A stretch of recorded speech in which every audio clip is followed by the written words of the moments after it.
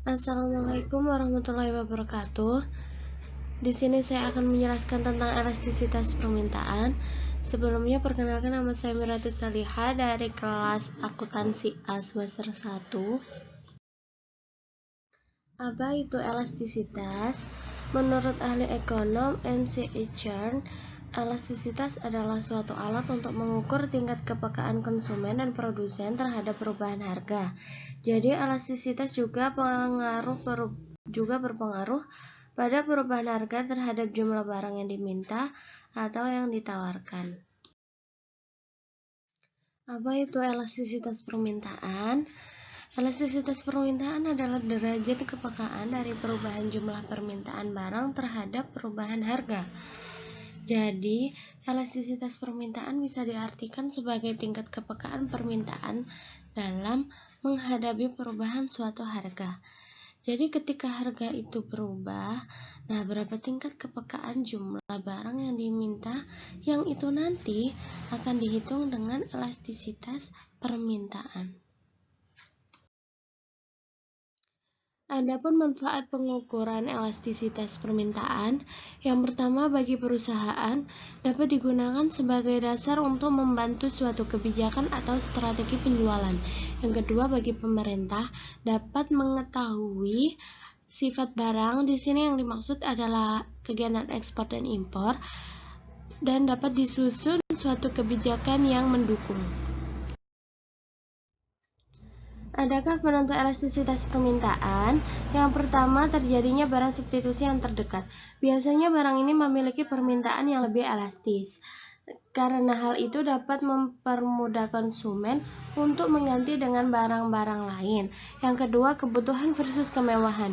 Kebutuhan cenderung memiliki permintaan inelastis dan kemewahan memiliki permintaan yang elastis.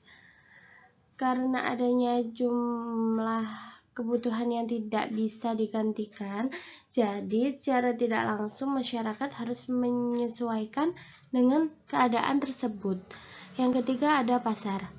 Pasar yang sempit cenderung memiliki permintaan yang lebih elastis.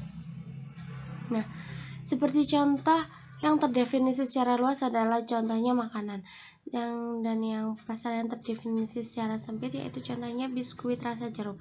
Permintaannya sangat elastis karena rasa lain tidak kalah enaknya dengan rasa jeruk itu. Yang keempat ada rentang waktu. Rentang waktu barang cenderung memiliki permintaan yang lebih elastis selama kurun waktu yang lama. Seperti contoh BBM naik, jumlah permintaan bensin akan turun pada beberapa bulan. Menggantinya dengan irit bahan bakar,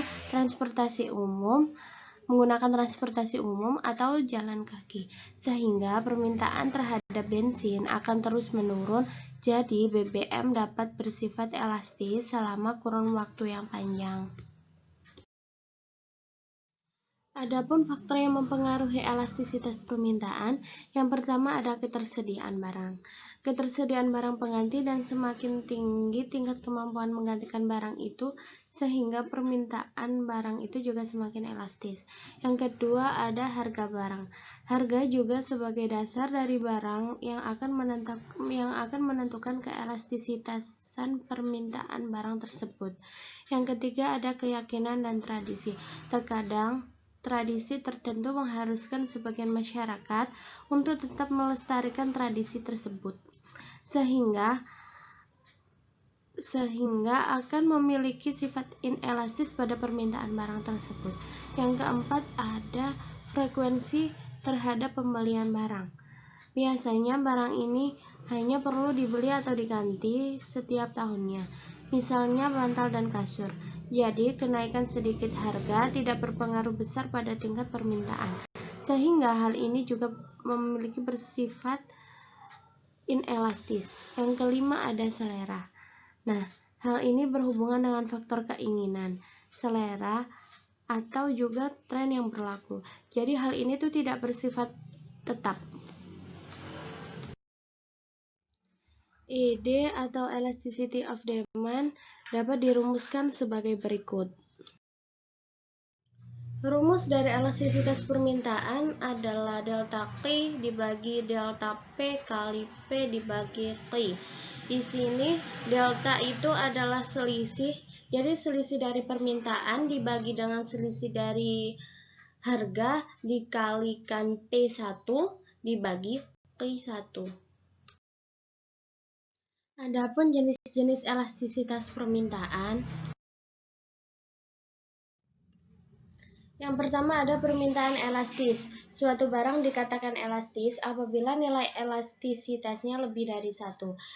Kurang lebih gambar kurvanya seperti gambar di samping. Ada kurva yang berbentuk landai. Barang yang mempunyai sifat elastis adalah barang substitusi atau barang pengganti, atau juga bersifat komplementer, barang sekunder dan barang tersier, seperti contohnya televisi.